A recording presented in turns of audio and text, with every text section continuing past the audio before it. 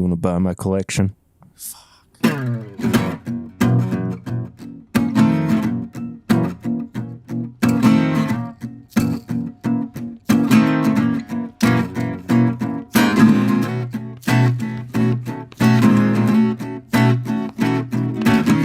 Welcome back, everybody, to another episode of this Bourbon Podcast. I'm your host, Perry. With me remotely, because it's a hellscape of ice and snow out there, the Whiskey Mutant. It me. It you. I'm cold. What up, dog? What up? What up, bro? What up, bro? It really is cold here. It's miserable. It's nasty. I haven't checked the temperature in a while, but the last time I did, it was -7. I was -6 the last time I looked. And that's not even with the wind chill. Okay, it's -2 right now. Oh, we're getting closer. Getting closer to positive numbers. We're warming up. Oh. But apparently it feels like it's -25. So I let the dogs out earlier, and Stan just looked at me like I was the most evil person ever. I'm like, you gotta use the bathroom, you little turd. You gotta pee, brother. You were made. You're an animal. You were made for this. Marie and Salute kind of did the same thing. Yeah, They just ran out and ran back in. If it's your first time here, thank you so much for checking out the show. Subscribe if you haven't done so yet. If you're returning, thanks so much for coming back and listening to another episode. Thanks for coming on. You know what? Or watching us on YouTube. Sit down. It's going to be a good episode. Take your shoes off. Warm up. Relax. Just have a good time. Yeah. This is the episode of the year that we always very much look forward to. That's probably the episode of the year that people talk to us the most through their headphones or through their stereo for sure. or something. For sure. Like, what are you doing? Screaming. That one? Screaming at their iPods. Yeah. No, that's not right. How dare you, sir? How dare you put this? How dare you even make a list? So I wanted to run this by you too. I haven't. I was kind of conjecturing about this privately.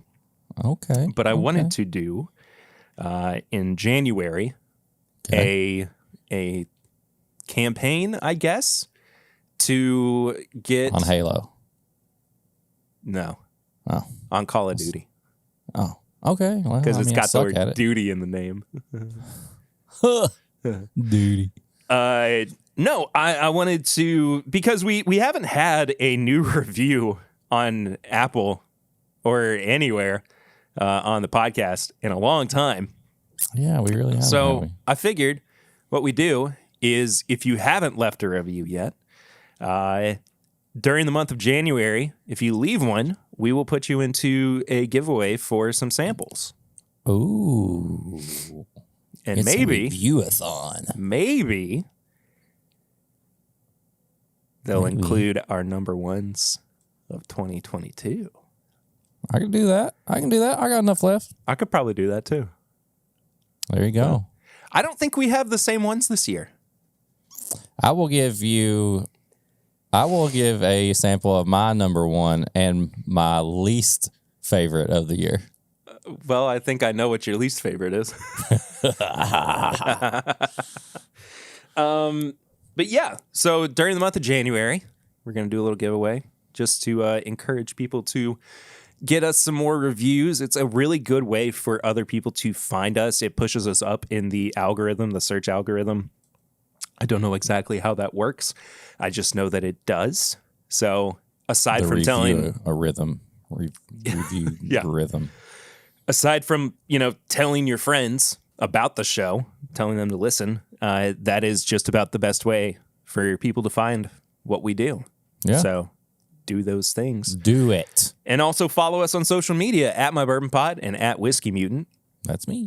You can also check out all of our apparel and merchandise on bourbonshop.threadless.com or at whiskeymutant.myshopify.com. My store is under construction at the moment because I got to thank people for having so many random orders that I was afraid that my inventory was off because I was getting low on everything. So I stopped it for a second because I need to go through what's left because I'm about out of everything. And I don't want anybody to order anything and my counts be off. So I apologize if you go to that and you don't see it there. I will have that up shortly. Cool.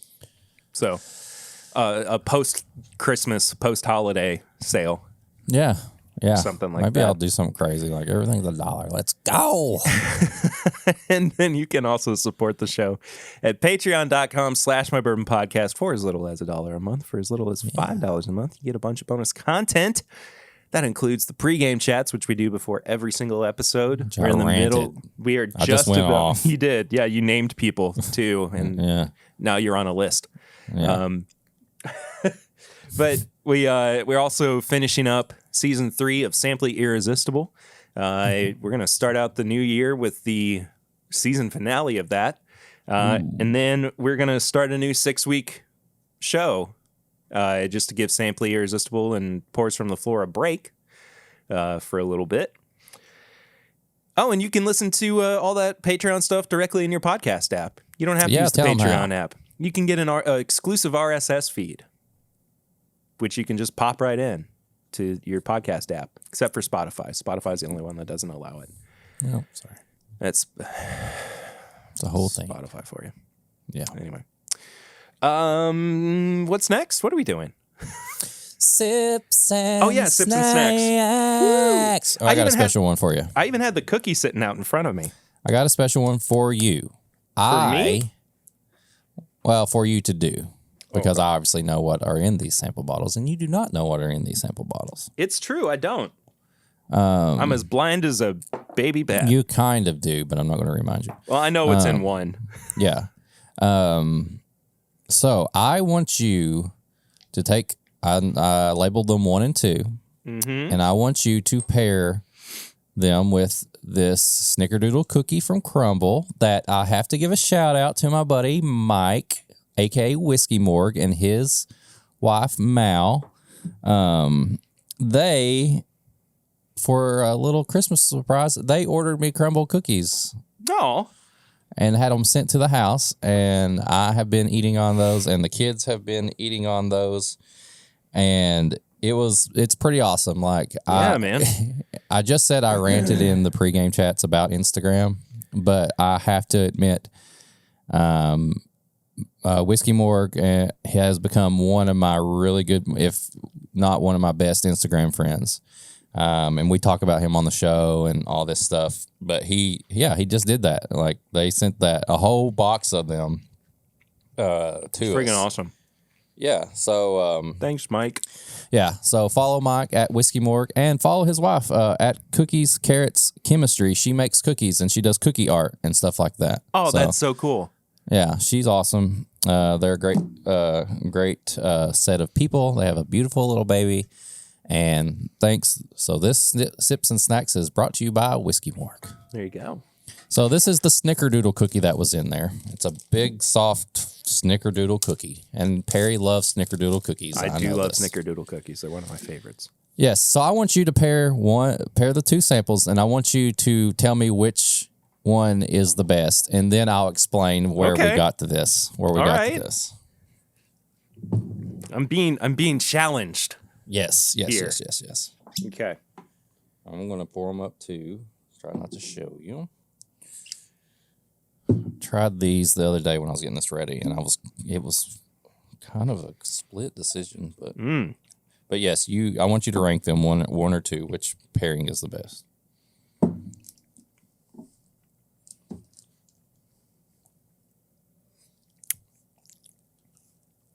That cookie is so good. I'm just going straight for the pour over, too. Do it.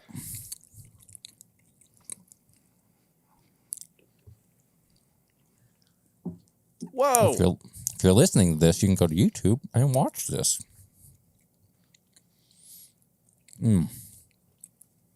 Oh, sorry. I'm going to cover the mic. I appreciate you.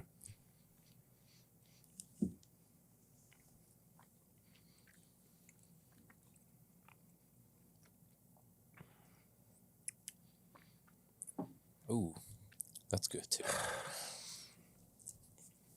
Both are ridiculously good. I think I know which one I like better.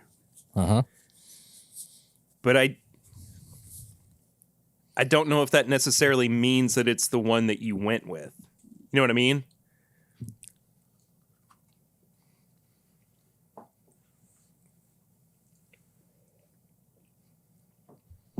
I like them both. I don't necessarily. I'm not really ranking them. I just want you to rank it.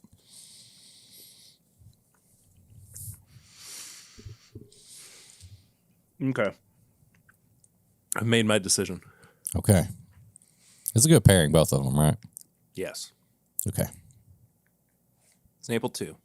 Yes. It does something to it that the first one doesn't.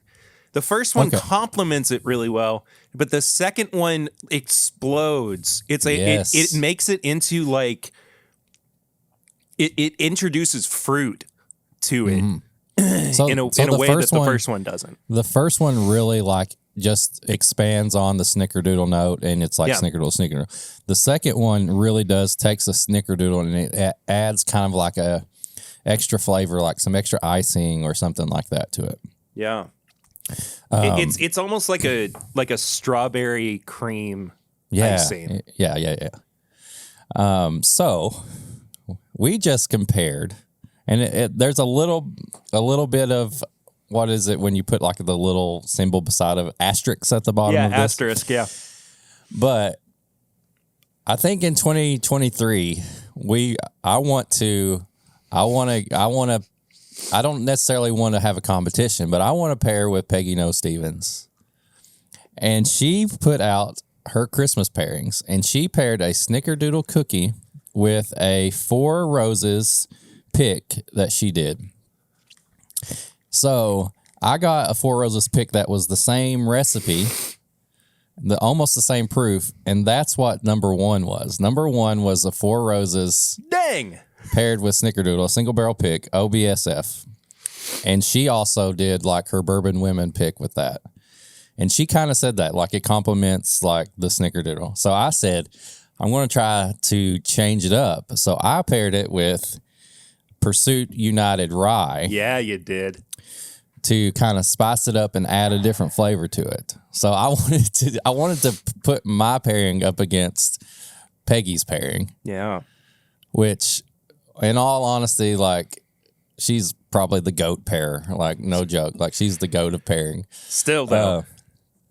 I like the challenge of it though. I like that yes. You know, because I mean it's the same way that we talk about, you know, how you drink your bourbon.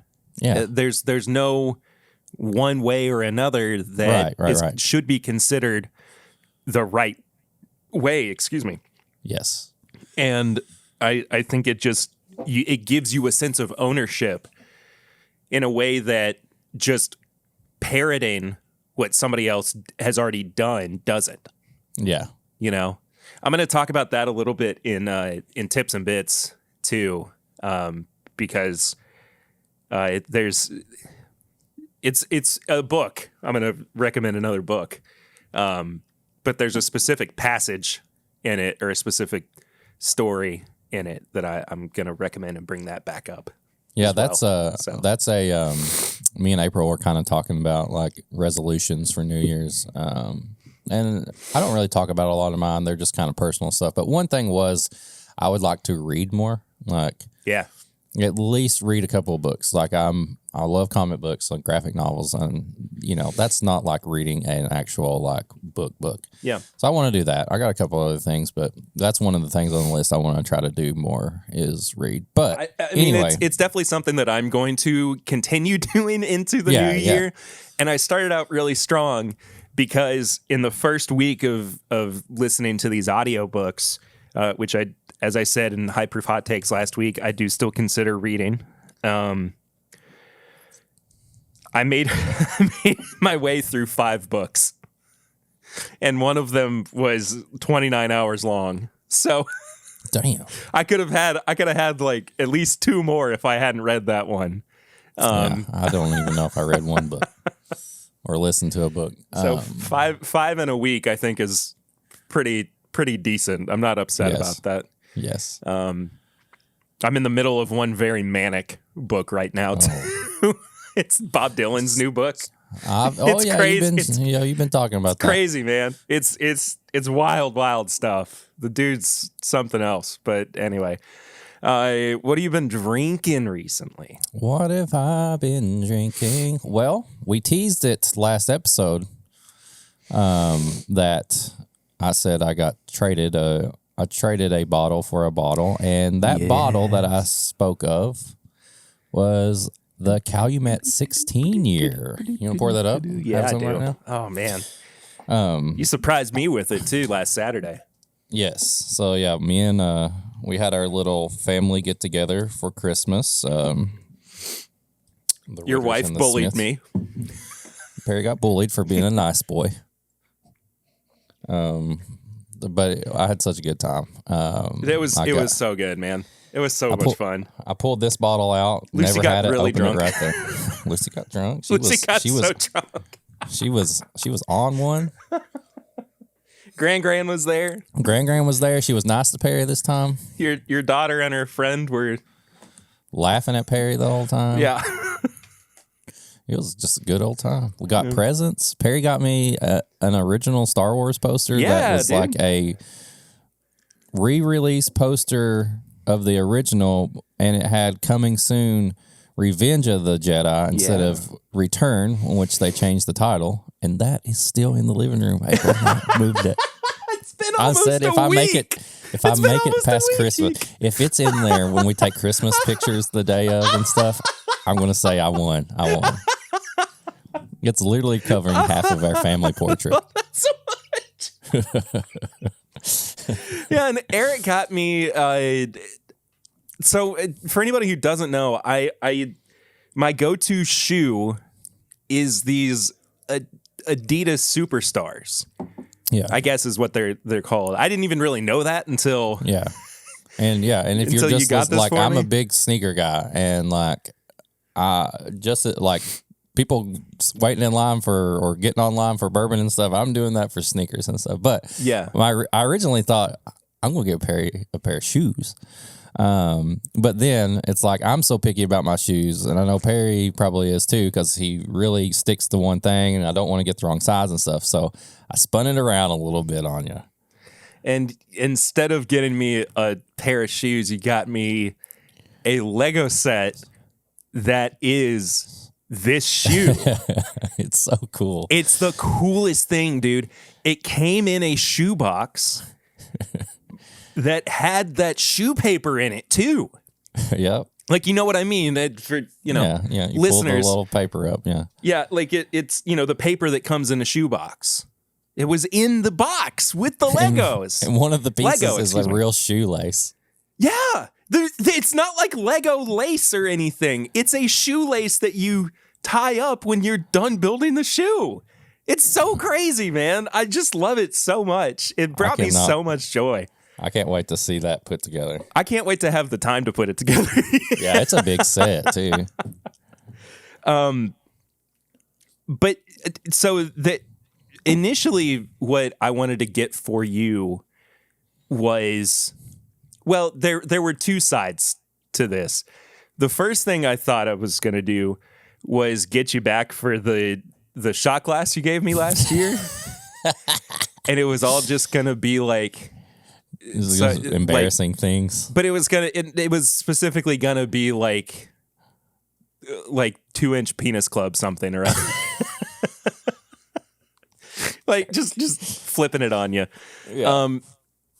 But then I can't remember what we were watching, and they had a poster for Revenge of the Jedi.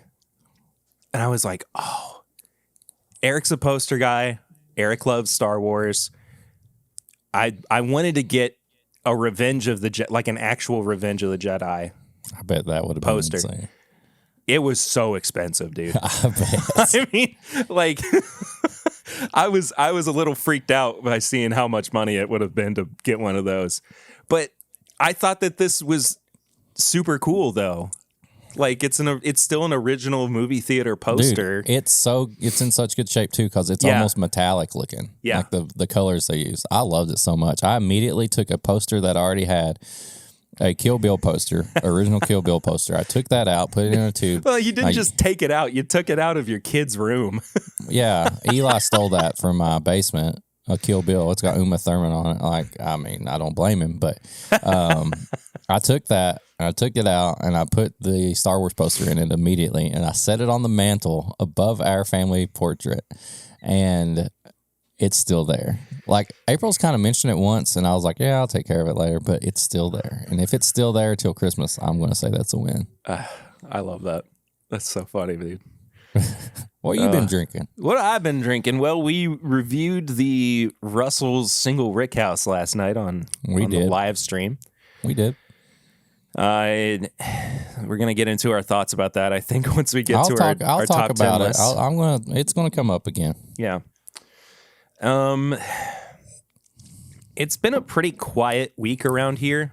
I haven't really done anything too crazy or off the wall. We went over to my brother and his wife's house, Dane and Lindsay's house. You know what I'm about to bring up?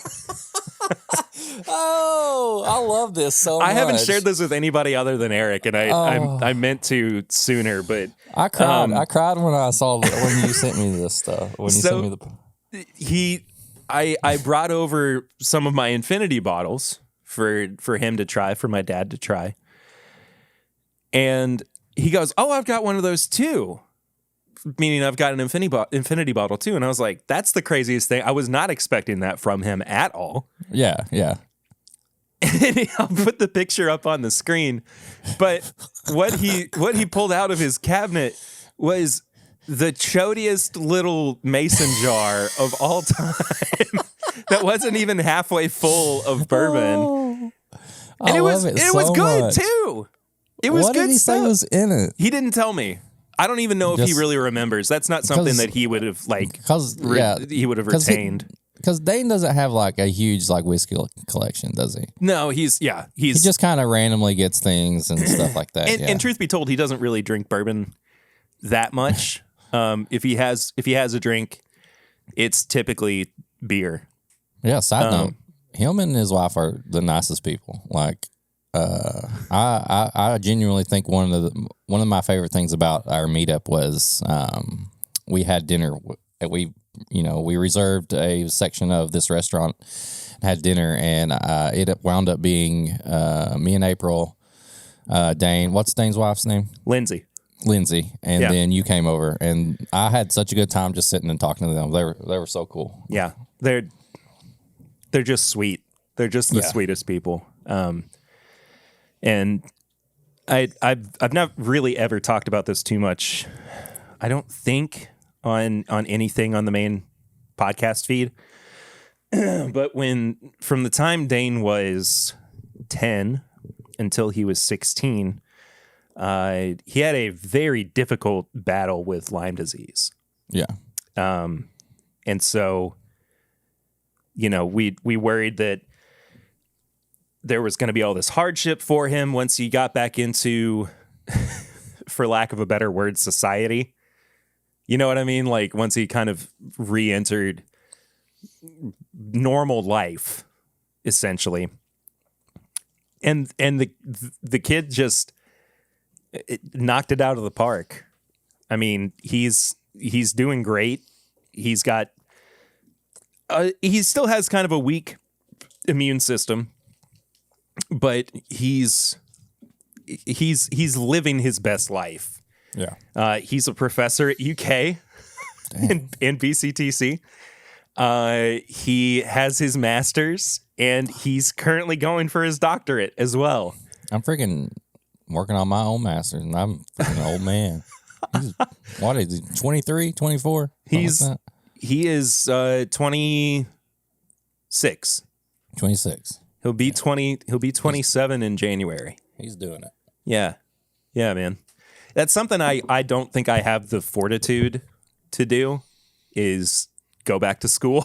I fucking hate it, dude. I hated school so much. I still have, I know I've talked about this recently. I still have high school and college dreams that I haven't gone to classes or I haven't done the work.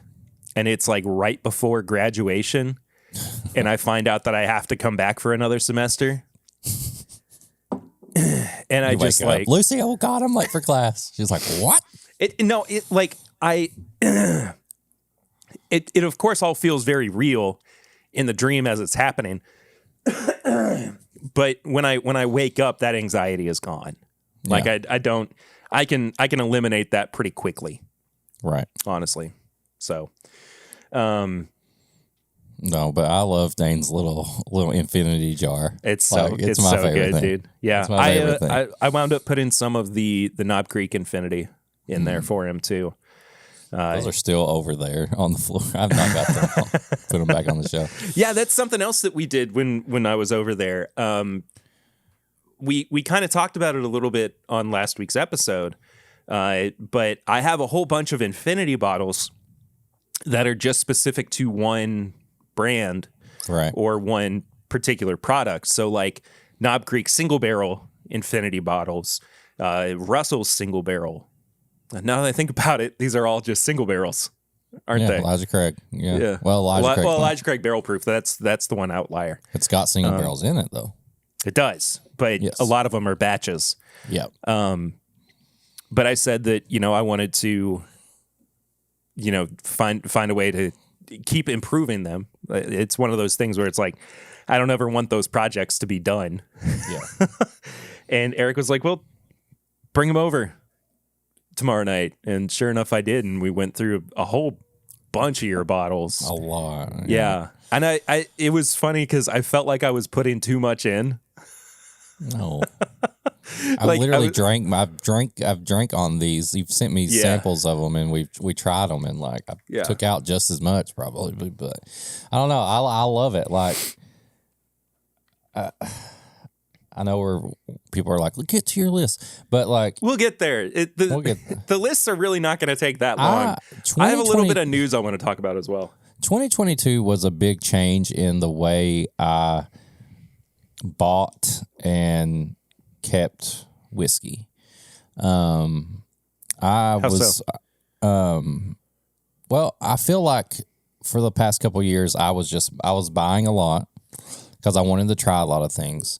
And I was very bad about FOMO, but the past probably year, and I got to thank you and other people, I have got to try so many things by samples. Yeah.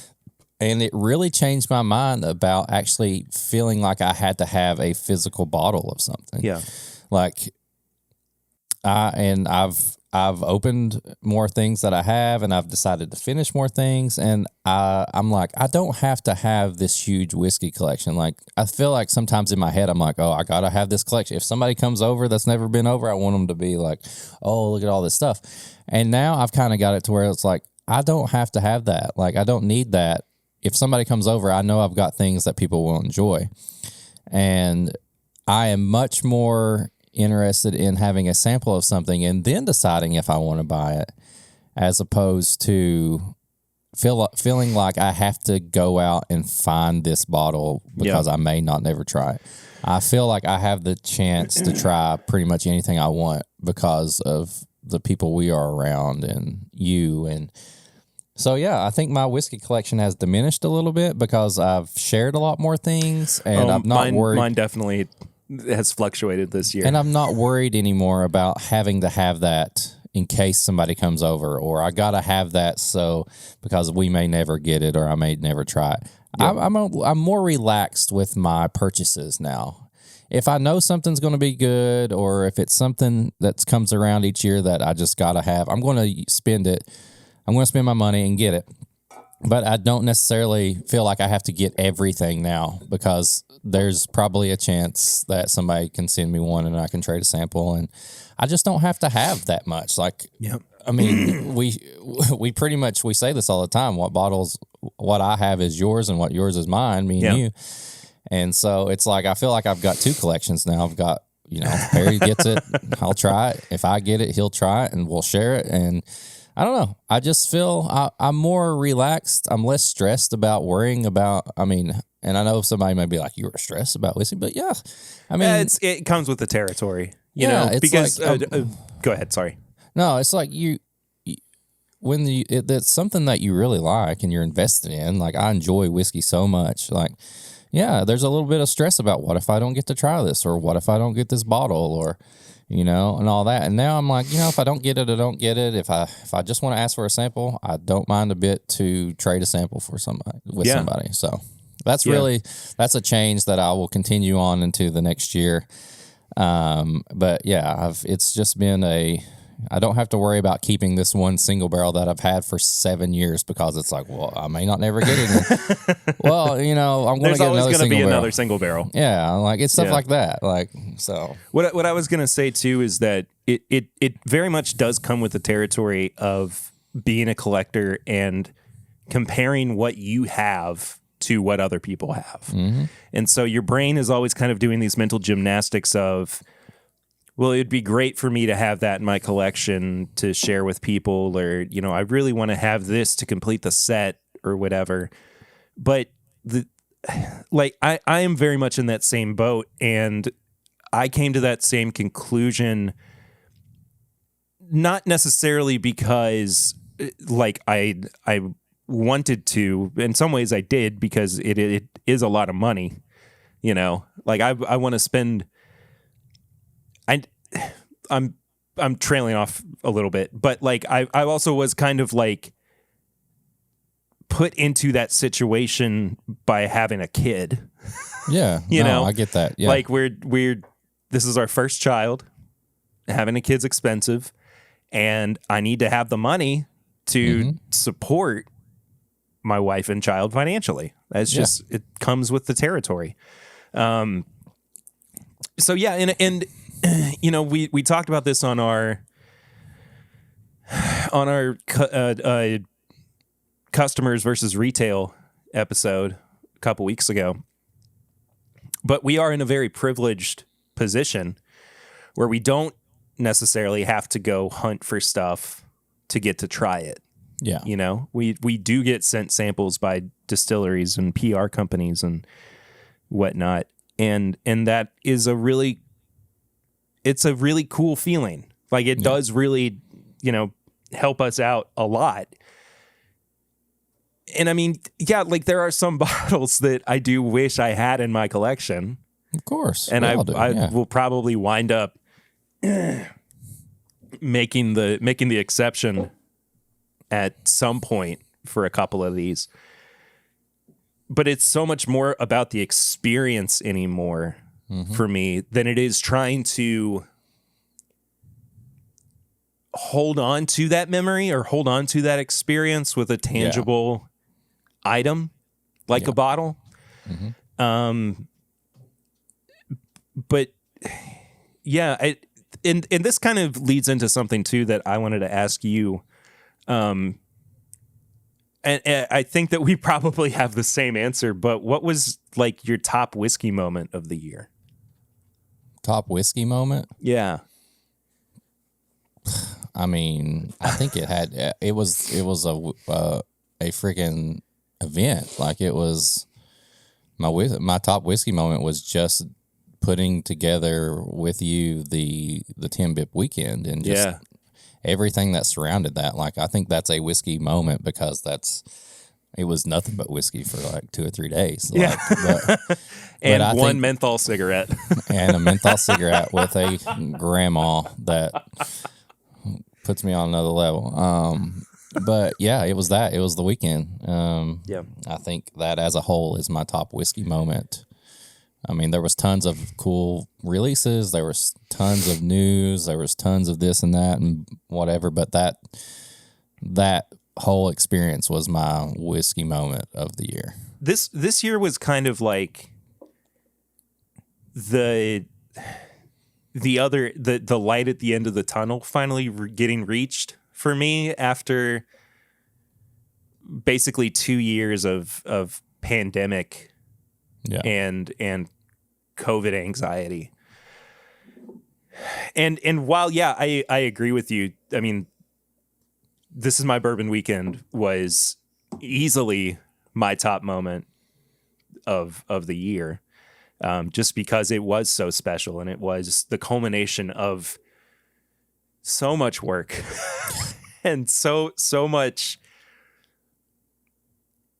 It required a lot of patience from us, that we kind of very quickly had to learn how to adapt to that. because it was a different form of anxiety, making sure that everything went the way that we wanted it to. And to be quite honest, too, it goes without saying, but shoot, man, it wouldn't have happened or been as successful if we didn't have the turnout that we did. Oh yeah. I mean, the people, you guys listening or watching, you all are what made that event such a success. It's because you showed up and had faith in what it was that we wanted to do. And I mean, the amount of people who bought tickets just for the live show, just to have that, just to come see us, to be a part of that, like, was amazing. Like, and I'm not saying anything about the people who bought the VIP and stuff. Like, you guys, you made the show happen. Oh, that was that was VIP what people. Yeah, that is how the show was even a possibility. Yeah, was the fact that everybody who was at the VIP, you all made that committed show happen. to it. Yeah. But then live show comes around. I'm like, well, I was kind of worried. I was like, what if it's just the people who bought the VIP? Okay, we're going to have a live show with our closest friends, and I'm going to be fine with it. But it's out there, and you don't want to like put it out there and then start counting and be like, well, the amount of people who came from out of town that I had never met before, or that I've only like talked to on the internet or something, that just came because they were like, we're going to watch you live, was absolutely amazing. Like, we filled that room. There was no food left that we had got ready. There was no samples left that we had put out. Stickers, like, our wives were talking to people. Like, I mean, like, it was just insane. It was it still blows my mind that many people showed up for a live show. Yeah. It just blows me away. Yeah. It really does. And Eric and I have kind of started in nebulous terms, figuring out what next year's is going to look like. And I mean, ideally it's going to be even bigger and we're going to take more risks, and we're going to have more opportunities to experience next year. Yeah. But we're more news on that will come soon. Yeah. Sit tight. It's actively in development, as they say I would probably in the biz. see some announcements probably in a month or so. I'd say so too. Say so too. So stay tuned for that.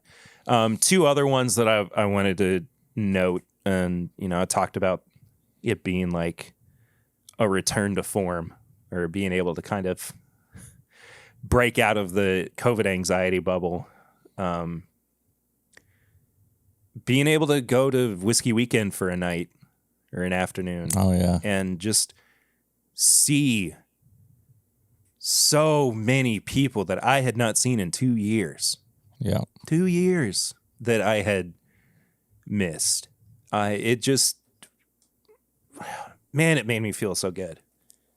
Like it because there were so many of those people hold such a special place in my heart because of all the memories and treasures that we built together in the first two Whiskey Weekends. And it's just that was such a heartwarming return to old times in the midst of such turbulent change. Yep. And the other one is maybe a little bit more selfish, but I got to be back on It's Bourbon Night for the first time in a while. There you go. Boy. I did that live stream with Chad a few months ago. It was great, man. I love doing collaborations like that, and I was on. I didn't even think about the podcasts that we were on this year. I was on Moose Lounge. I was on Whiskey and Whitetails. We were on the Lexington Business Show. Yeah. That one is a huge moment for us too. That felt so special, and it felt like we had earned that opportunity. Well, too. I think that's a special moment too for me because it wasn't necessarily whiskey related. Like that was not a whiskey show. So somebody was like, I want you guys on here to talk about what you all do, and not necessarily, hey, let's review a bottle together or something like that. Yeah.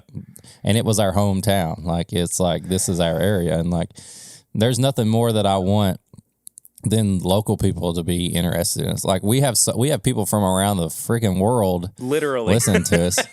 And it's like some people down the street don't even, you know what I mean? So it's like, I love that. Yeah. This was a lot of good collabs. I was on, we were both on Embellish Pod separately. That was fun. I got to be was on that this year?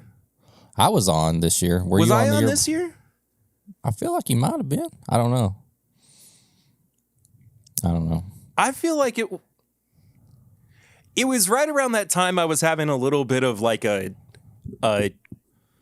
quarter life crisis of faith, and like, is what I'm even doing still relevant? Like, could I still? Yeah. What would it look like if I removed myself from the entire situation? I don't know. I think that was this year. I think that was this year. Now that I really stop and think about it. So I was on that. That was fun. I was on David Adam Levine's Patreon. What is it? The influencer. Under the Influencer. Under the Influencer. What else? We had Wrestling with Whiskey on. Our friend Matt. Oh my gosh. Aiden English was on. We had a friggin' good year, man.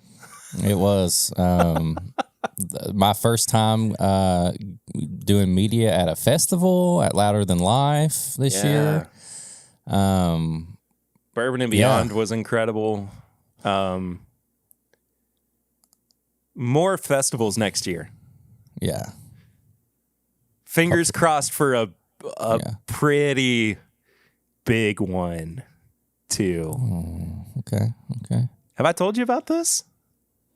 I don't know. Well, I don't think we've talked about any festivals. I'll say this: the one that I just applied for us to be at, they're sold out already. Yeah, they sold out on the first day of tickets being available. Damn. So, we'll see. We will see for sure. We'll see.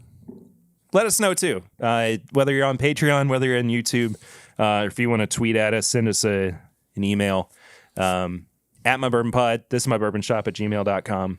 Let us know, what were your favorite moments from the podcast this year? Yeah. I'll put it in the comments below if you're watching. I got one piece of news before we get to our top 10 lists. You and I, we just talked about this on Tuesday when you came over to swap some samples.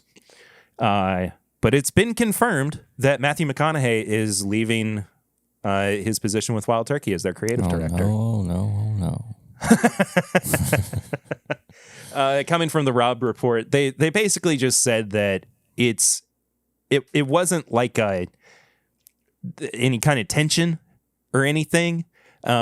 His contract just is up with Wild Turkey at the end of the year. Well, I mean, he's already made the product, so it's like, you know, what else is there? He's not really, and he's not really doing anything else either. Yeah, I guess. Yeah, but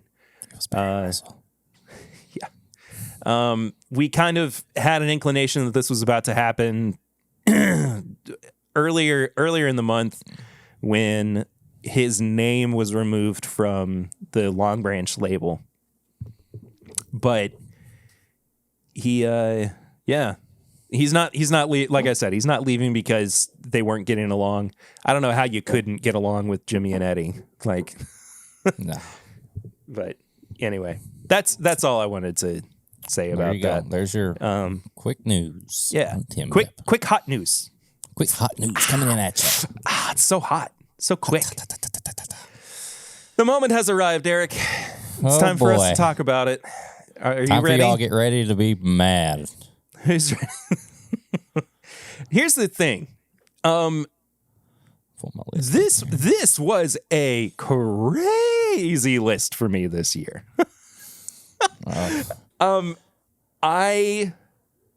I really had to whittle it down to, like, it took a lot of thinking and anxiety developing my top 10.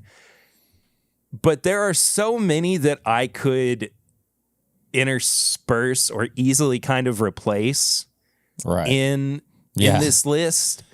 But I just, like, when I think back on the experiences that we've had, or I think back on, the pours that have been the most significant, or the ones that I'm the happiest that we were able to try, that's kind of where my top 10 came in. I don't have as many disappointments, I guess, as I thought I did. That list is much smaller. It's less than half as big as my honorable mentions. And like I was telling you earlier, or I think maybe on the pregame, but like I kind of put more thought into it this year. Last year, I was kind of, it's my first year on the podcast, and I'm like, oh, like, what am I going to do? And I kind of just put the stuff that, like, I thought needed to be on there because of, like, maybe the scores we gave and stuff like this. But this year, I put more thought into it because I knew it was coming up. And I put more into my list as far as, like, experience and things surrounding the pour. And not just necessarily like, hey, you gave this bottle a 17, but you didn't put it on your top 10. Like, it's not just about like what I gave a score. It's kind of what I went back to, stuff that kind of impressed me because of certain reasons and stuff like that. So I think, disclaimer, obviously these are our own opinions. And I'll explain a little bit. I don't think we're not gonna spend a ton of time on each one, but if there's something that's kind of weird, I know that I'm going to tell you why I put it on there. Yeah. Criteria. I think we've gone over this before. Wide releases. Mm-hmm. Some of them, yes, do a not insignificant portion of these do wind up being LEs. Yeah. And it has to have been something that we have had. Yeah. Something that we have drank this year. I have a little list of stuff that I, in my head, probably could have been contenders, but I didn't get to try that I was going to say. Like the wish lists. Yeah. I wish, like BTAC. Like, that's an easy one. We didn't get to try. Yeah. Four Roses Limited 2022. Didn't get to try it. Old Forester birthday bourbon. Each Taylor Barrel Proof from this year. Like, we unfortunately didn't get to try that. I put the little Coy Hill. What was it? A small batch Coy Hill? Oh, yeah. Didn't get to try that one. We got on their mailing list too late. Yeah. So those were four things that, unfortunately, probably good chances of being on there, but we just didn't get to try them. So I'm not going to just say like this is on my list because I didn't try it, but based on what other people say. So yeah. So with that in mind, do you want to start with our most disappointing bourbons of the year? Let's get the elephant out of the room just so we can move on from it. I think my most disappointing, hands down, was Hidden Barn. Oh, number one on my most disappointing. I think I put that the first thing. I got 3 on my most disappointed. Hidden Barn, unfortunately, it just wasn't good for me. I've not tried any of the other batches, but that initial release was very, like, it almost made me upset about how it was. It almost really pissed me off to the point of I wanted to punch a hole in my wall. It really did, because you go from this person that like Jackie, all face of old foe there, and I was just expecting her to come in with this hitter of like something, maybe it'd be a little different. Maybe, I didn't want it to be just Old Forester 2.0, but like it was different to the point where it just wasn't good. It's just not good. What really kind of like put me over the edge with being disappointed in that whole experience was that interview that they did with Uprocks a few weeks ago, where they basically said, if you don't like it, you don't get it. Yeah. And It's not like, everybody's going to get it. And it's like, no, people are entitled to say that they don't like your product. Yeah. I'm not saying be mean about it. I'm saying be honest.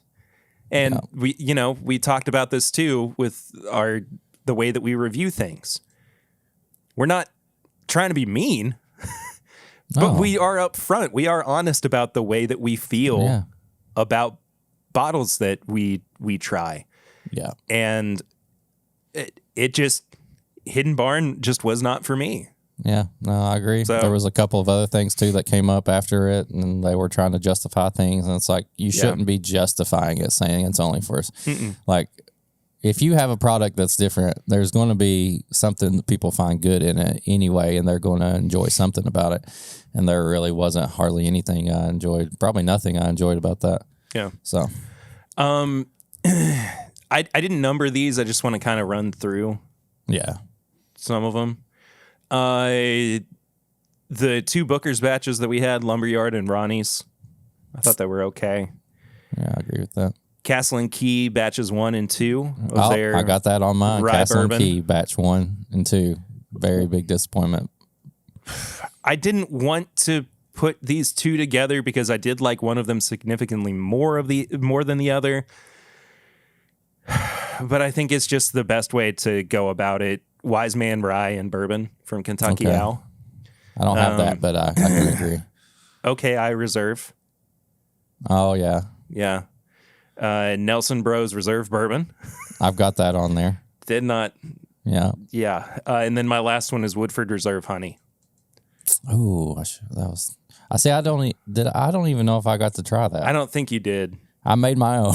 Yeah, you made your own, and it definitely had to be better than what we tried. The last thing I got on my most disappointed in, people may start punching me. I was disappointed in all 3 batches of Elijah Craig Barrel Proof. I will amend mine to say the first 2. Yeah.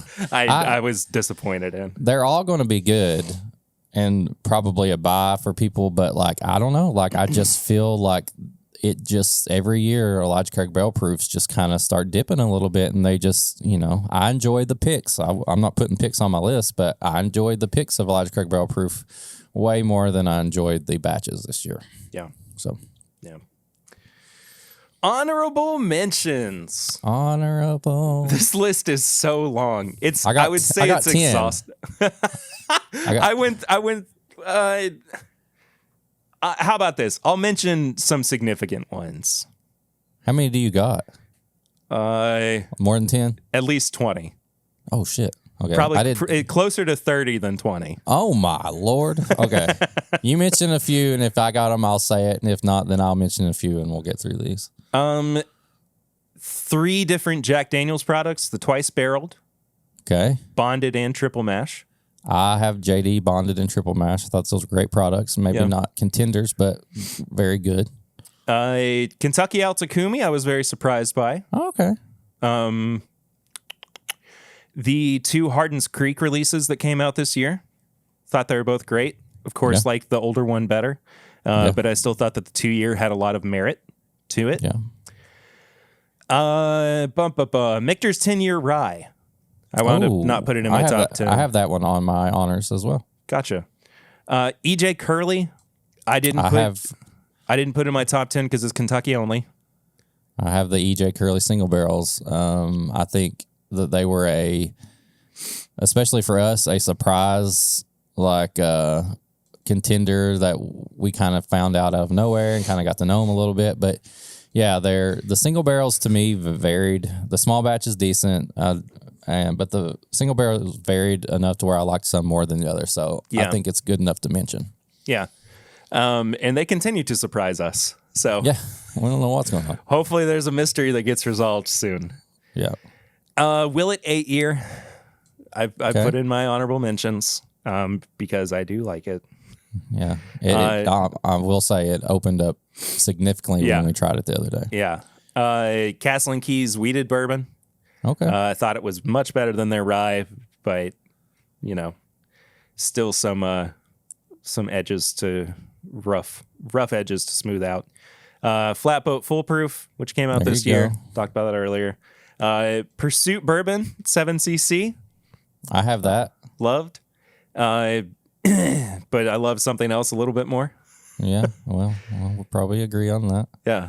And I think Calumet 16 is going to be the last one that I mention on my honorables. Okay. I'm going to say 2XO.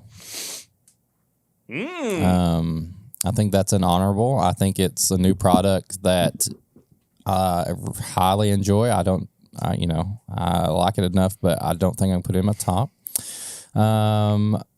I will say the Pursuit United, the ones we tried last night, the products. Those two definitely go in honorable mentions. The Blue Run High Rye. I had that in mine as well. Frank August. Had that in mind as well. I put Penelope. I don't know if there's a certain.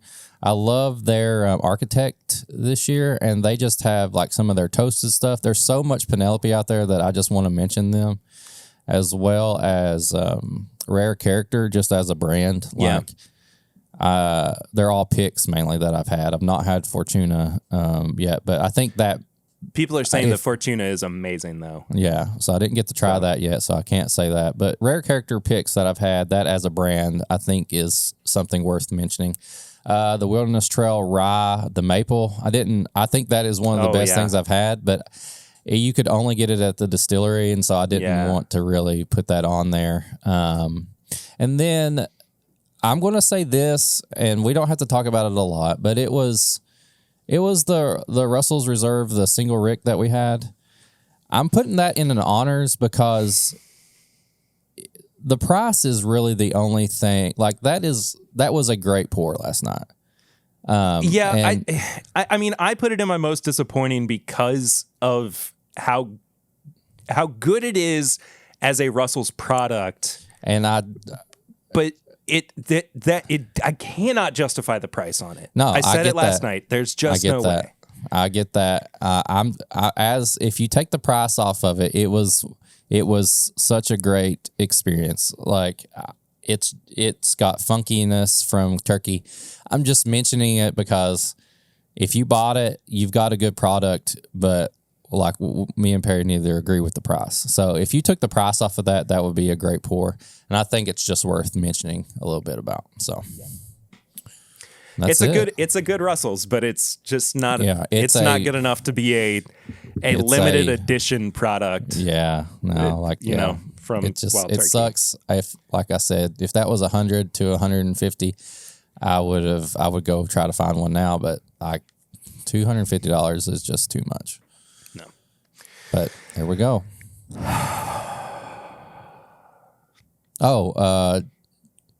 JD Bonded and Triple Mash. I put that in my honors. Yeah, you said that when I said. Did I? Oh, okay. Yeah, those were like creeping around like that 10 spot. Like I was like, ugh. Yeah, so. It's funny because I stress out just as much anymore about the number 10 spot as I do the number 1. It is. It's almost easier to do your top couple than the last couple. Because the top the past few years, the top 10 has been, or the number 10 spot has been a product that has been released as like a new foray from a distillery or a new example of what they are doing. Yeah. That is no different this year for me. I think I'm the same. Go for it. Green River Bourbon. Boom. 10 for me too. There you go, man. I was so impressed with that. Yeah. I'll echo what you said. It's like they brought out a brand new product that can compete with products that have been on the shelf for a while and allocated stuff. And it surprised me. Like, I didn't expect to like it so much. I've liked it so much that I've bought multiple bottles of it. Like, and that's a big thing to me for a new product being a top whiskey of the year. I went back and I got more, or I went back and I poured it all. And so, yeah, Green River is my top, is number 10 on my list as well. Yeah. Number 9. Number 9. What's yours? Mine was one of your honors. It's the Willet 8-year wheated. This I know is a very controversial brand. Blah blah blah. But it was expensive. It was, I paid like $225 or something for this. But this product fits kind of what I like. I like Willet stuff. Like we've talked about it. Perry enjoys Willet stuff, but he's not like me. I enjoy that profile, and I was very happy with what I got. What I got. And then I went back to it and we had it and we were like, man, this has opened up even more. Yeah. It did. It was number 9 for me. Like it barely made it, but it did. It put an impression on me. So I had to put it on the list. Yeah. My number 9 is Barrel Vantage. Oh, I forgot about that. That would probably be, I'll put that on my honors, honestly. Yeah. That could have easily been like an 11 or 12. Yeah. The best barrel product that came out this year. 100% agree. By a long margin. I have almost treated it like an LE in the way that it tastes like it. But just in the way that like I am savoring the bottle. Like I'm taking my time with it. I'm not drinking a whole lot of it in one go. Yeah. It's just so good, man. Yeah, hands down, best barrel product this year. Absolutely killed it with that. So, number 8. This one for me was one of your honorable mentions. Okay. 2XO Phoenix Blend. There you go. Yeah. It just goes to show that Dixon has not lost a single step since he left Kentucky Owl. The man just knows what he's doing. And I think it shows that it's just going to get better from here too. Like, every time that I go into a store, I have to resist the urge to buy another bottle. Yeah. I had one at Ernie's and I was like, oh, no, need another backup. Yeah. So I saw a bunch at Liquor Barn the other day. Yeah. As well. Great product. Yeah, man. My number 8, it was a late contender, but man, that Calumet 16. Yeah. I put it there. Like it's such a great product to be a source thing. And the experience around it too was fun, opening with Perry, and it's good. Like, I've not had like a lot of like the Sam Houstons and the Calumets and stuff like that, but for this one to come out, like this 16-year tasted like a great 16-year classic bourbon, and the price, I think for a 16-year, it was on the money. It was. I know I'm trying not to put price into any of this. I'm experience and taste and all that, but yeah, if you're on the fence about Calumet 16, I definitely recommend it. Yeah. No. It was tough having to put it in honorable mentions because I did like it so much, but that was definitely like a number 11. Yeah, for me, for sure. Number 7. What you got? Larceny B522. Hey, me too. Same? Yeah, it's exactly the same. That's the one batch of Larceny and even the Lodge Creek Barrel Proofs this year that I was like, I don't have a bottle of it and I want it so bad, but that thing impressed me so much. Yeah. It was hands down the best Larceny Barrel Proof that's come out ever. Yeah. And it made me want that more than this year's Lodge Creek Barrel Proof. Like, freaking, I love that bottle so much. Yeah. I think that it definitely set the tone too for what Heaven Hill has to do with Larceny Barrel Proof moving forward. Just such a strong whiskey. Everything that I wanted a barrel proof wheater to be as well. So well done. Yeah. Hill. Number 6. Number 6. What you got? Russell's 13. Number 6 for me. Master's Keep Unforgotten. Oh, okay. Yep. Yes. Yeah. I don't even know what to say. I don't either. Because I think we have things that we're going to say a little bit feel like later we're in our going to be lists. flipped a little bit here. So It's kind of going that way, isn't it? So what do you got? Okay, so both great pours, Both both great. Wild Turkey products. Yeah. Unforgotten was out of the last couple of Master's Keeps. Freaking, I think it's better. It's better than one. It runs right along the side of that 17. It's one of the more expensive bottles that I got that I have no regrets, and I'm so happy I got one. So Yeah. We'll talk about it in a minute. Okay. The Russell's 13 that came out this year just blew me away.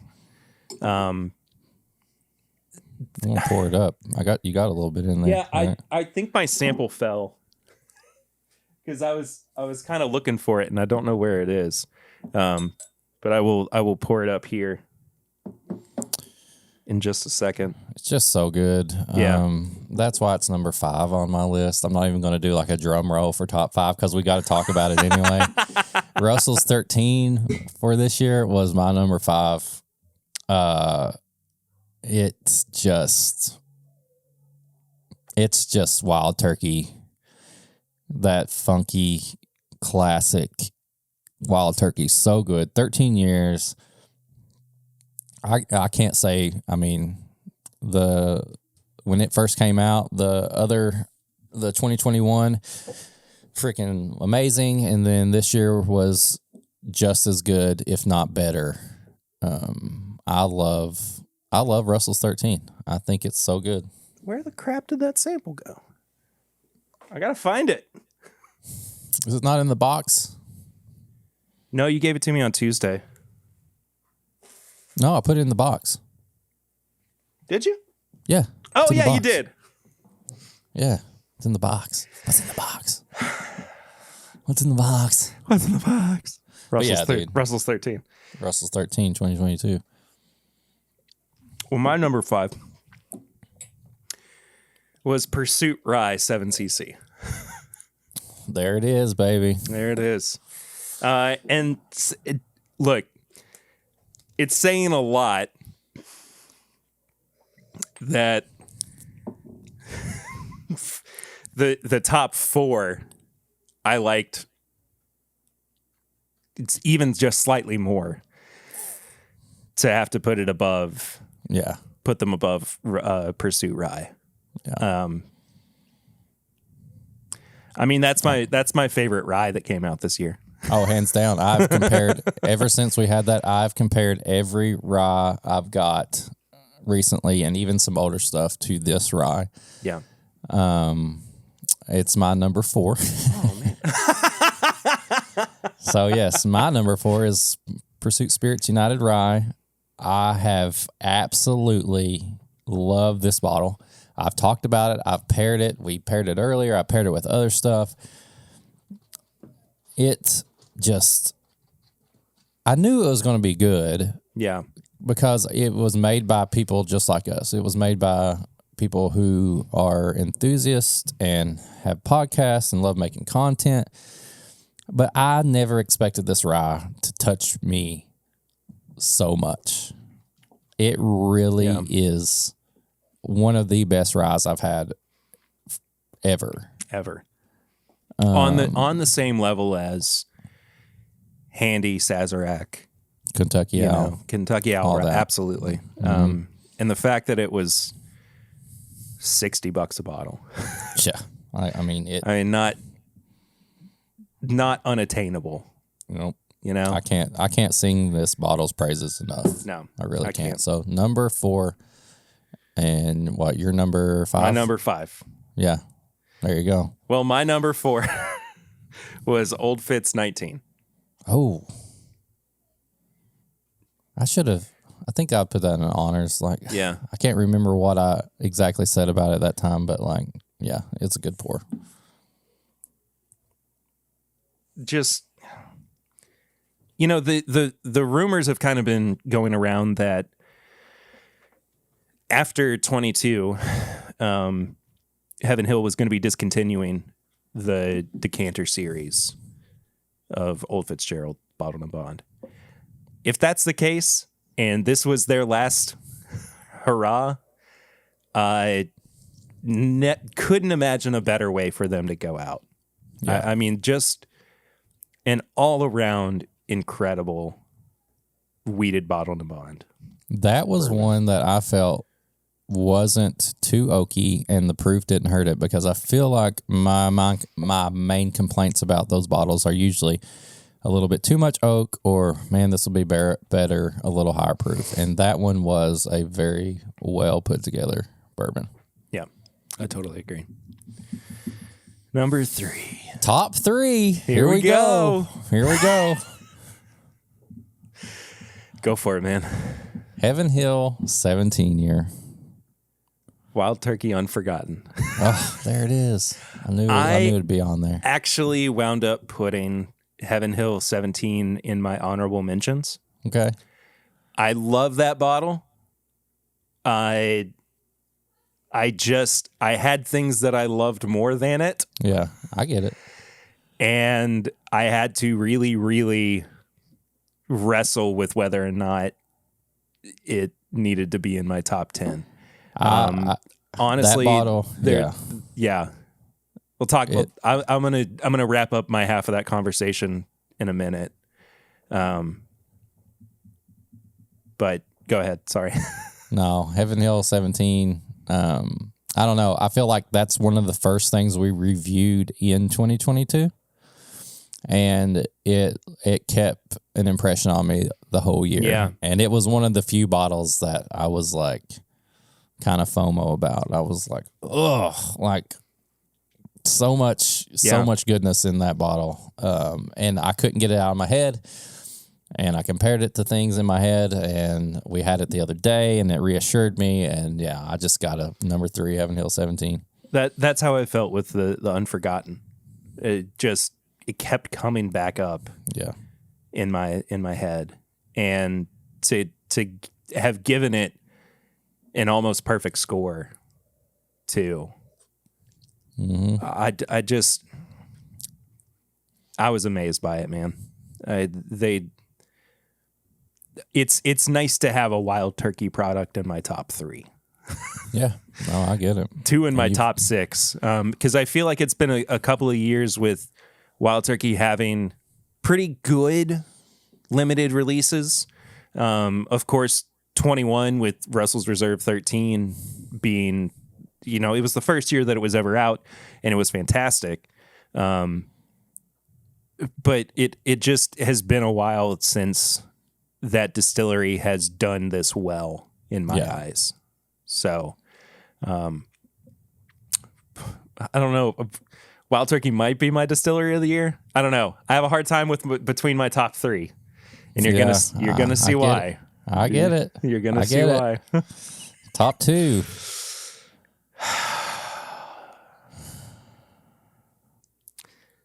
Wilderness Trail 8 year. There it is. I knew it'd be up there. Yeah.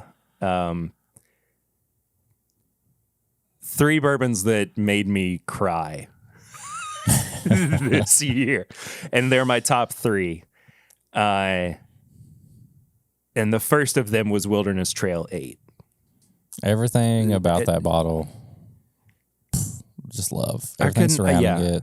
Yeah. It just, to have waited for so long for that bottle, for that product, and all of the expectations that we had for it to be met and then exceeded. Yeah. Just killer. Just absolutely killer, man. So, number 2, Wilderness Trail Number 8. 2. Nice. And number 2, Parker's Heritage. One of two. I mean, well, I think we see where this is going. Yeah. One of 2 reviews we did, and I know I said earlier, like, oh, I'm not looking at my reviews, but like, it doesn't matter. This is the only like, case where the top reviews kind of made a difference. Perfect scores. Perfect scores. Parker's Heritage blew me the frick away. It made me just love everything about Heaven Hill. I love what that bottle does for people. The proceeds go to, and I thought it was going to be hard to top the Heavy Char, which I absolutely love, and it blew me away. Anybody when we posted that we reviewed that, people have asked me, and I'm like, worth the price, worth the waiting. It is amazing. 20 out of 20. So yeah, Parker's Heritage, number 2 for me. Number 1. If you haven't figured out what's happening right now, you just stop. You got it. I know people listening are like, "Oh, I figured this out." I'm pouring up your number 1. You pour up my number 1. I'm also pouring up my number 1 as well. Let's pour up all the number 1s. Let me get yours out here. For all of the reasons that you gave about your number 2, the quality of the product, what it means, what it does for folks who need help, and for it to just friggin' come out of nowhere this late in the game. Just stunned. Stunned by it. Just say it. The Parker's Heritage double-barreled 13 and 15-year-old blend. 132.2 proof. I mean, not only is it everything that I want in a barrel-proof product, it is everything that I want from a Heaven Hill product. Yep. After all the disappointment in Elijah Craig barrel proof and all that stuff. This made up for it. This was worth the wait.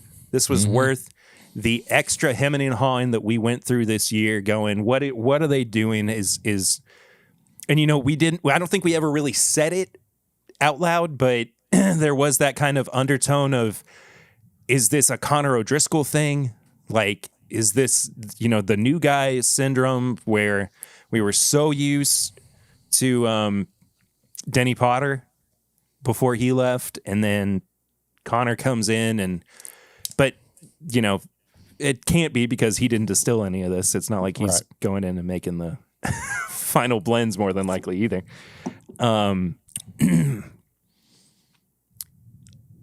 It just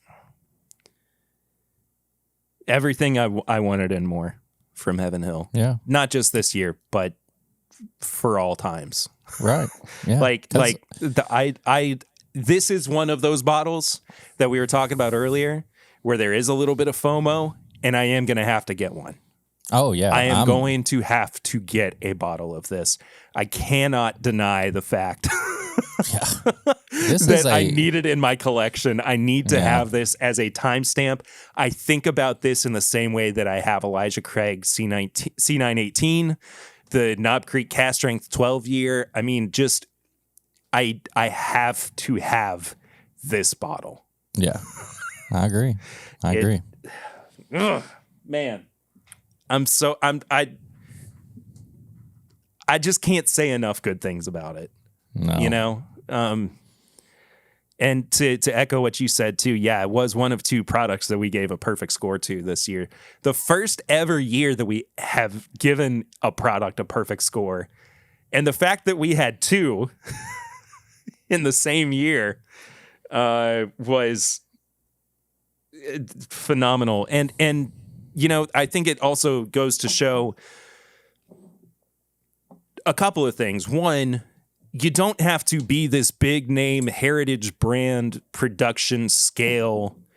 high production scale business distillery to make an overly exceptional product. Nope. And that's like at 100 proof and 8 years old, I couldn't have asked for a better bourbon from Wilderness Trail. So you know what my number one is. I know what your number one is. Yeah. Hopefully, if you're listening, you know what my number one is. You figured it out by now.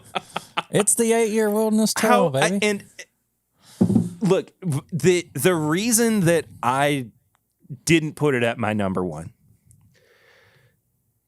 is because I do prefer barrel proof.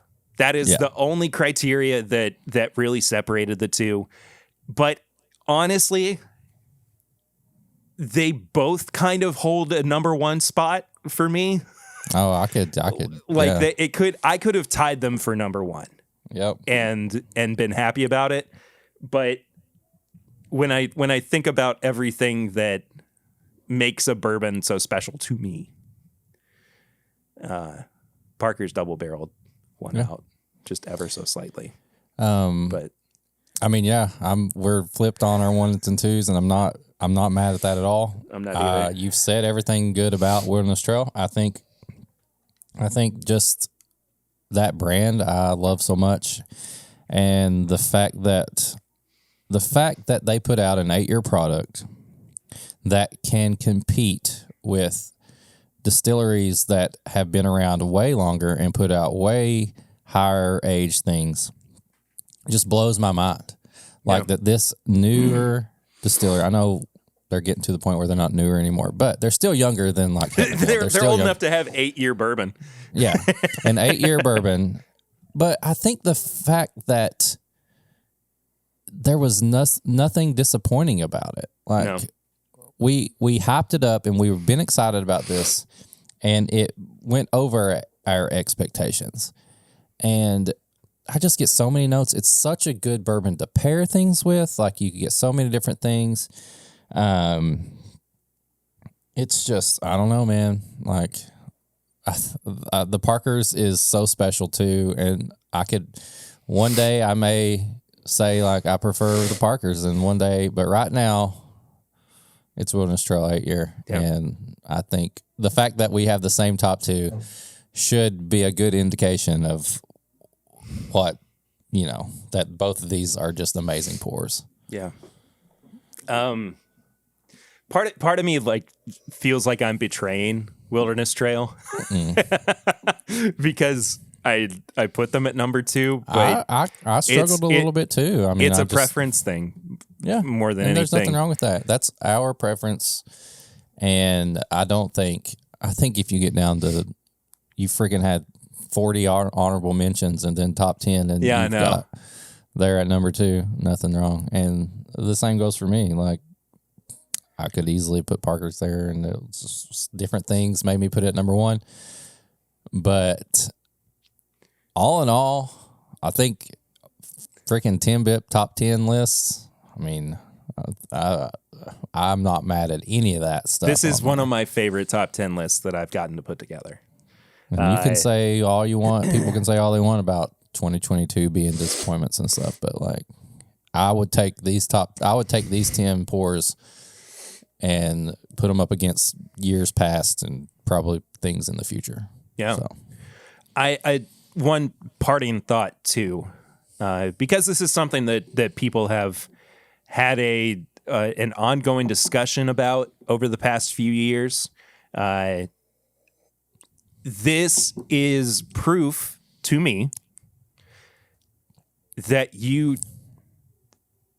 we should not discount and we should not take out of the conversation whether or not bottled and bond is important or whether or not it has value. When it is done right, when it is attended to correctly, and when the people who make it know what they're doing, it produces some of the best bourbon or whiskey that you are ever going to have. Yep. And Wilderness Trail proved that. Yep. This year. I said like maybe Turkey was my distillery of the year, but it's such a toss up between them, Wilderness Trail, and Heaven Hill. Yeah, I had a hard time figuring out that. Like, it was pretty easy last year naming Maker's Mark. Yeah, because they just consistently were putting out great products. Yeah.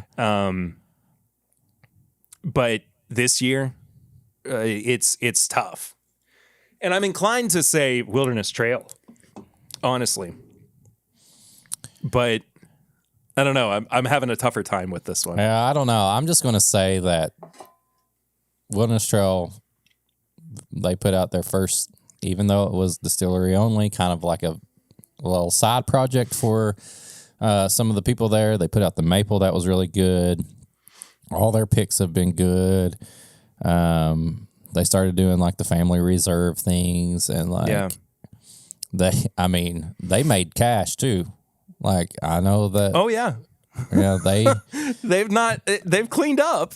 They've cleaned up. Like, I think they did great. I mean, Heaven Hill just continues to always put out good stuff. Wild Turkey always puts out good stuff. So, I mean, I don't know. I don't know if I can put a top, but I can say those are probably my top 3 of the year. Yeah. Yeah. There you go. There's your list, people. You just made the list. I don't know. It's like, other than moving on to our next segment, I don't know what else to say other than it was a friggin' good year of bourbon and rye, man. And friggin' like, comment. Tell us what you agree with. Tell us what you do. I mean, honestly, like, there's nothing wrong with agreeing or disagreeing with somebody's list. Like, it's everybody's opinion, and it's fun to make lists. Like, tell us what's your number one. Tell us what's your worst. Tell us what we thought was what you think we were wrong about. We don't care. Like, who cares? Just do it. It's part of the conversation. Keep the conversation going. Just don't talk about our kids or anything like that. Yeah, just screw you. Leave them out of it. Jeez. Why would you ever talk about somebody's kids like that? I don't know. Oh, yeah. You want to buy my collection? Do you have any high proof hot takes this week? High proof hot takes. I think if you are a part of the Patreon, you will probably have figured out mine. Mine was just don't just trash a full year of whiskey and say I'm not making a list because you think that nothing like fits your palate or whatever, or everything was disappointing. It's 2022. You can list the stuff you had just in 2022 and make a list about it. It's fine. You're not cool if you're just like, I'm not making a list. That's stupid. So that's my high proof hot take. I don't really have one this week. Maybe a social media thing again too. But kind of piggybacking off of something Dave Jennings said on Patreon last night, Rarebird 101.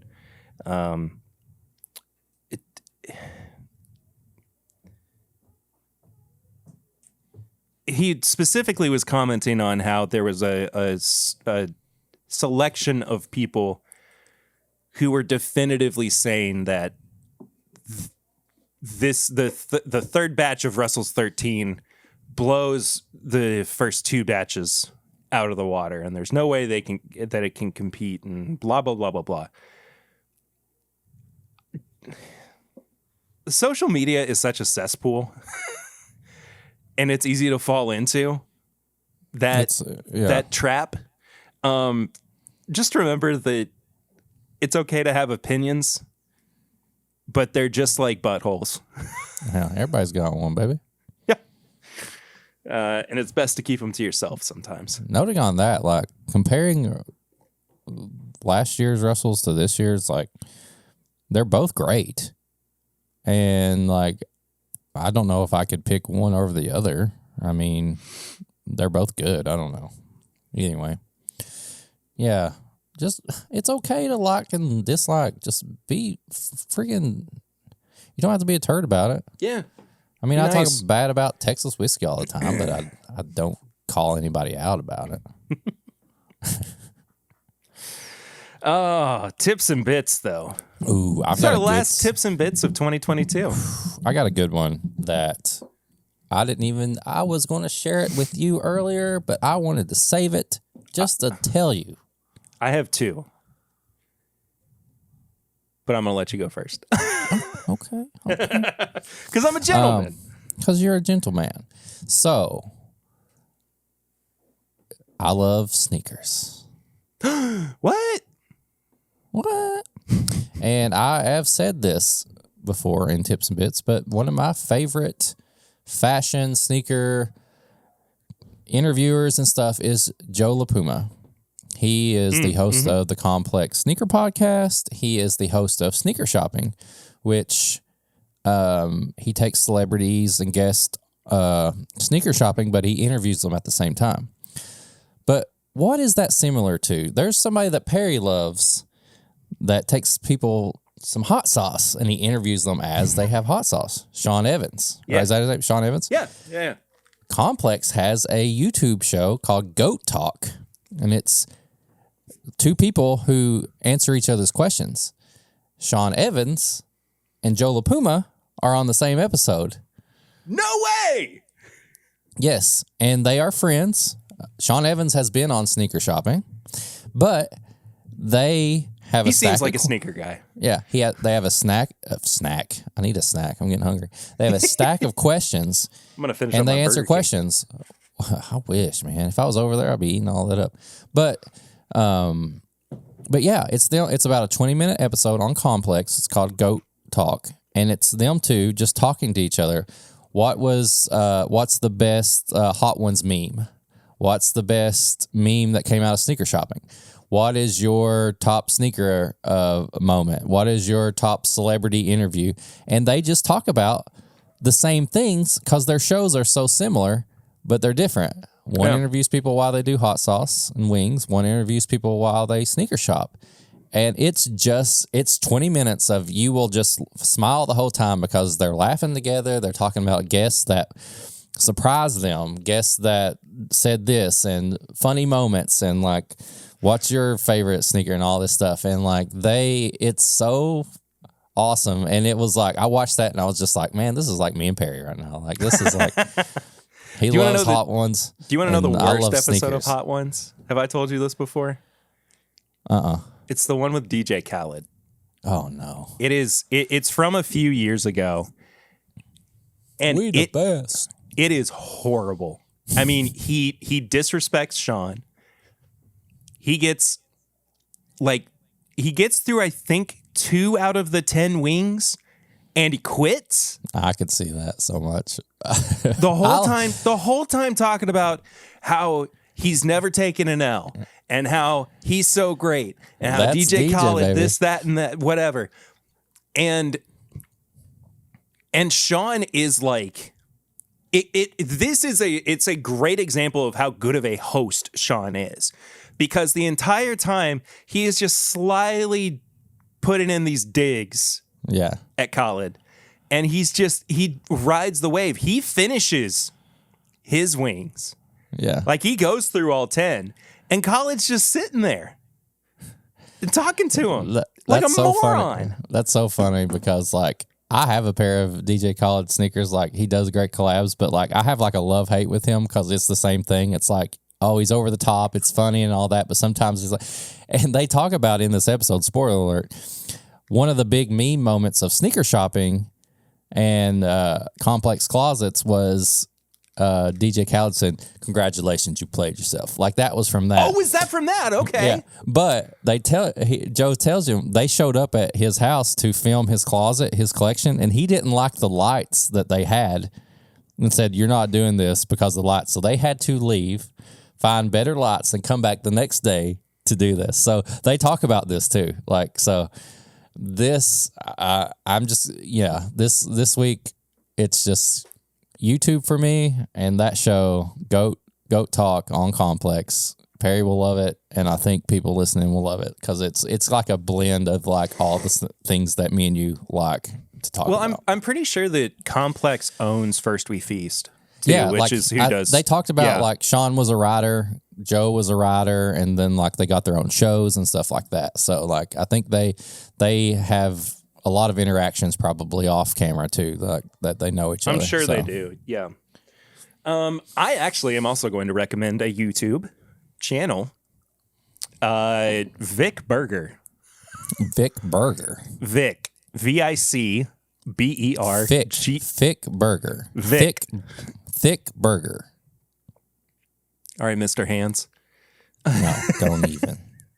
Okay, Vic Burger. Gotcha. Vic Burger. right. He does these these incredibly awkward edits Oh, I love that. of people like Jim Baker, who is a televangelist, who got he got sent to prison for scamming people, essentially, and he got out, and now he's doing it again. Of course. Basically, Of course. He did it a bunch with, and it's just like hyper intensive awkwardness, yeah. like just overblowing it to the point where like I can watch maybe about 30 minutes of it, but I need a break. And like maybe for the rest of the day I need a break. But it is so well edited and it's so funny, and there's so many little just like recurring jokes, recurring gags throughout what he does. I just it's so goofy, man. I'll send you one of my favorites. Yeah, send me one Later. I love awkward stuff. Like I'm stepping on your shoes here, but there's just moments on Impractical Jokers where April has to leave because Lucy gets the same way. Yeah, so I love that stuff. But one of my favorites, if I want to point people to a specific one, it's a compilation of a bunch of videos that he made, but it's essentially I think it's called like The Rise and Fall of Jeb Bush. And it chronicles his campaign during the 2016 presidential election. And just all of the awkward, sad moments that man had during it. And I just like I forgot how sad it was watching him campaign to be president and just not getting the response that he wanted or felt like he needed. And there's a when he announced that he was suspending his campaign, I don't know if you remember this or not, but he held a press conference and he said something to the effect of, "Don't feel bad for me because tonight I get to go home and sleep in the same bed as my best friend." Talking about his wife. And I just like... Oh my God. And I just like out loud was like, "Jeb, no, buddy, Respect. Jeb, Respect, baby. Jeb, no, buddy." Respect. Just like a lost puppy, like just feeling Respect. yeah. Anyway, it Vic Burger, very funny Vic guy. Burger. Got it. And then my other one is a book that I finished this past week. It. I finished it. I could not stop listening to this book. I am at the point where I am already considering going back and listening to it again and getting a physical copy and just like, and I gave it 5 stars. I haven't liked a book this much in a long time. And we've actually already talked about this man on the podcast. DJ Khaled? Perry's going to read another one. Congratulations, you just read yourself. Imagine if that was the 180, the heel turn that I took. I would love that. I would have died. I was like, I can't stand DJ Khaled, but his memoir is amazing. Yeah, I love it. No, it's Matthew McConaughey's book. Oh, yeah, you're telling me about this. Green Lights. Yeah. It basically chronicles his whole life up until 2020. when he went to the desert with no electricity for 52 days to write this book. 52 days. 52 days. He sifted through. Now, and you discover this over the course of the book, but that is not something that he is unfamiliar with. Just up and leaving and going on these adventures without electricity, without communication to the outside world. But he sifted through journals and Post-its and recordings and so many different things to write this book. And it is some of the most fascinating storytelling and recalling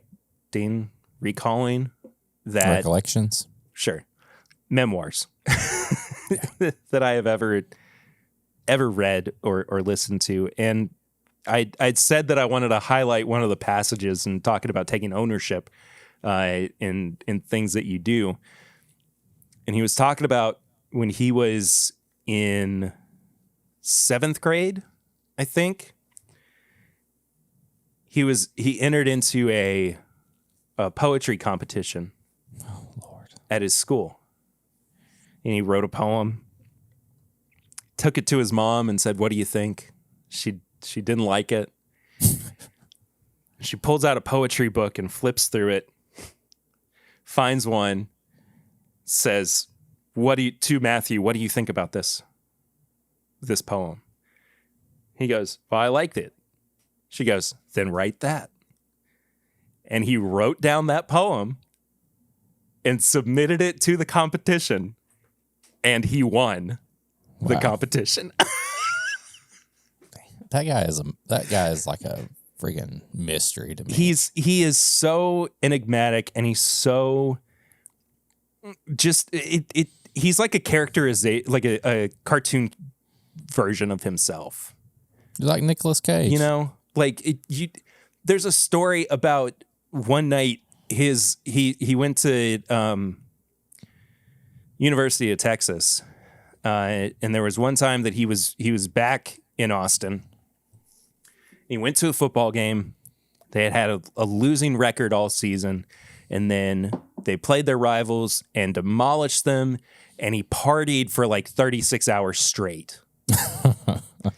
And by the end of his partying, he went home and he decided that it was time to light up his bong, put on his favorite music, strip down naked, open up the windows, and play them bongos. There it is. And he got arrested for it. And the rest is history. Completely buck naked. Got arrested for Respect. it. It's so good. Just a fascinating read.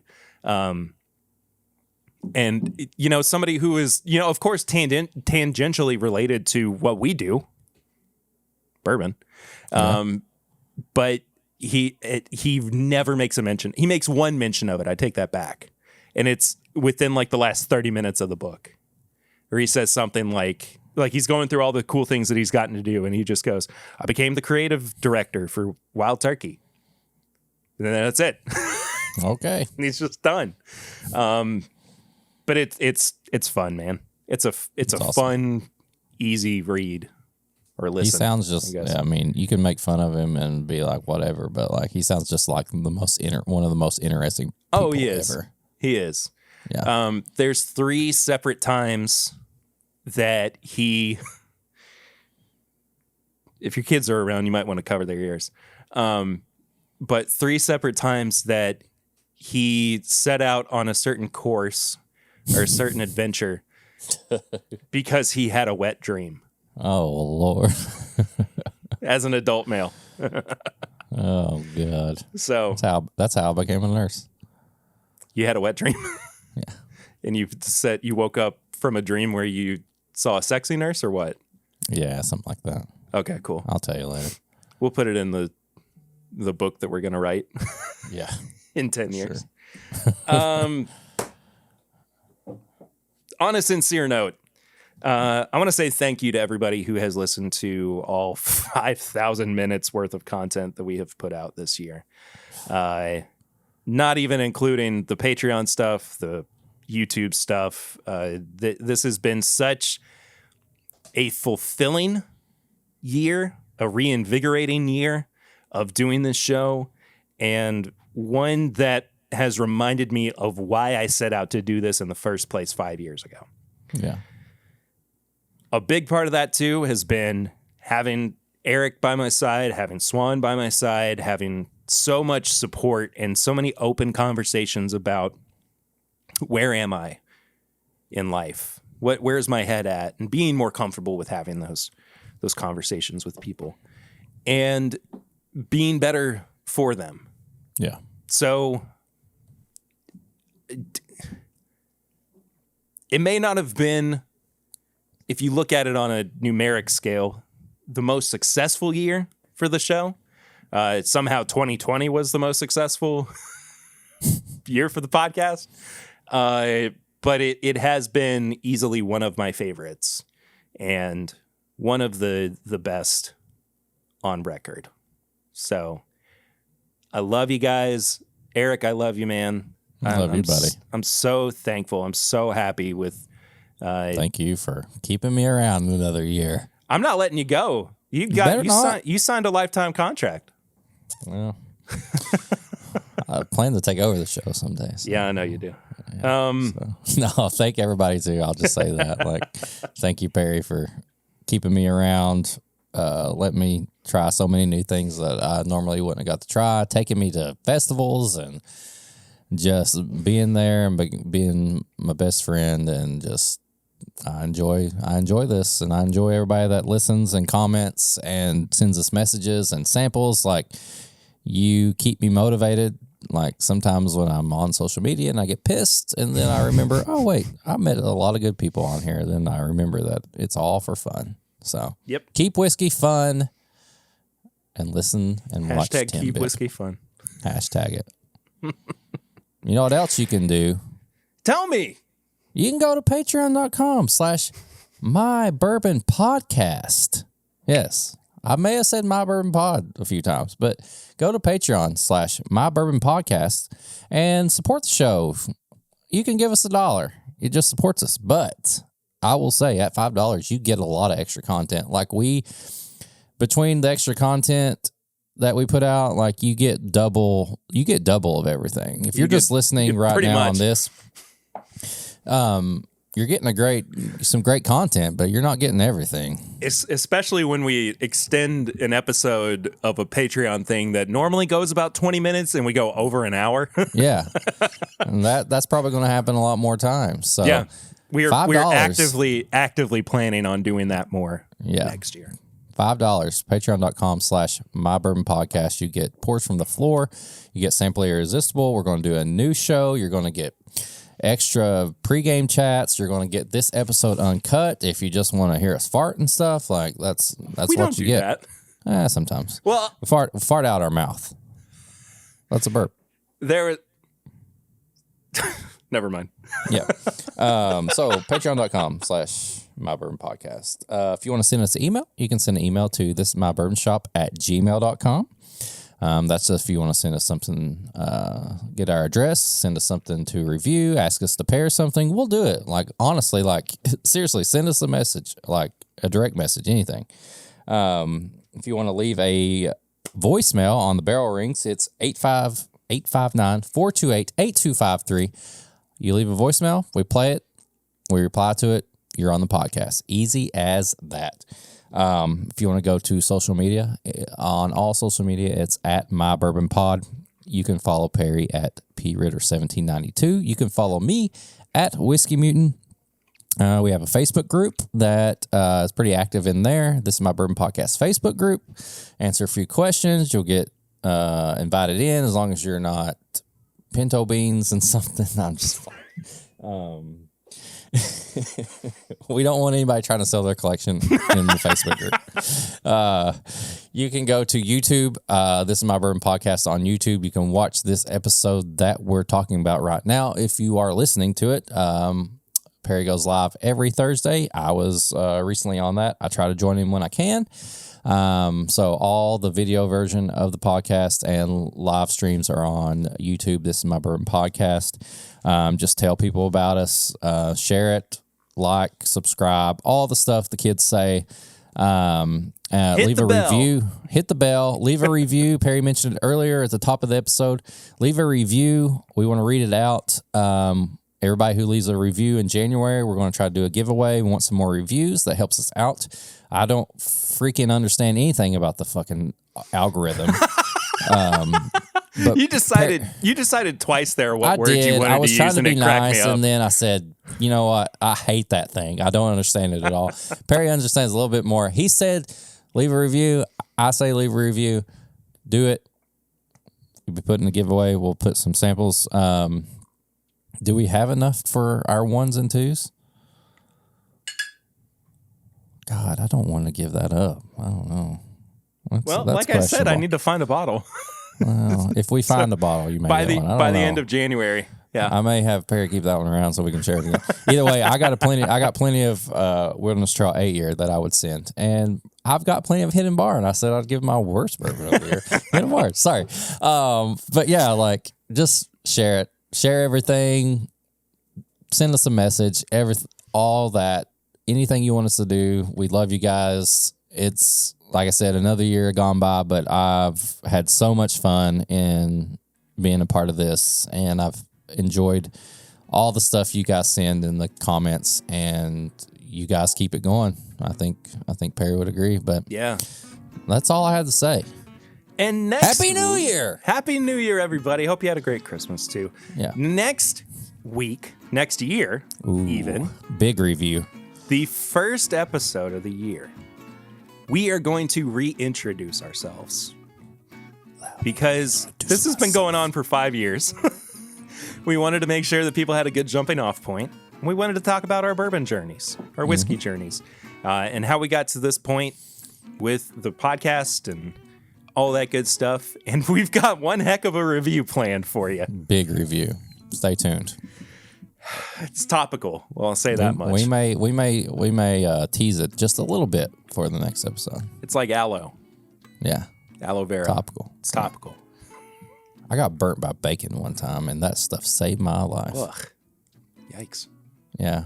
I made bacon. I was like 8 years old and made bacon in the microwave. We had this little bacon tray. Collects all the grease. Poured it all over me. Nice. Yeah. Nice. That's an episode. There you go. All right. Well, thanks everybody for watching and listening. We love you guys so much. We will see you in the new year. See you next year. Hey. We'll see you next year. Until then, though, I'm Perry. I'm Eric. And this is My Bourbon Podcast. It is.